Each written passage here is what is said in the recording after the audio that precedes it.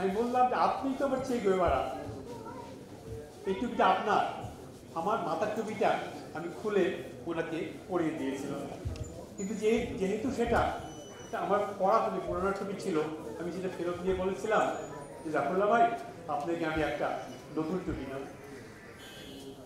উনি অসুস্থ হয়ে গেলেন, ওনাকে নিয়ে প্রোগ্রাম করতে পারিনি।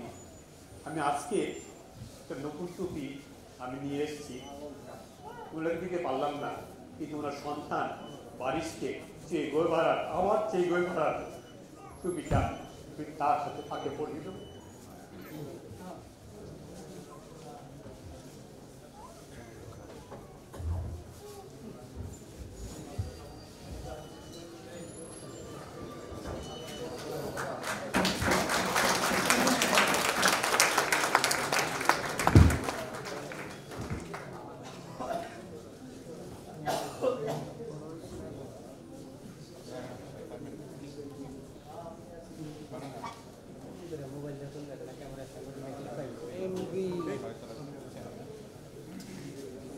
আপনাদের সবাইকে অনেক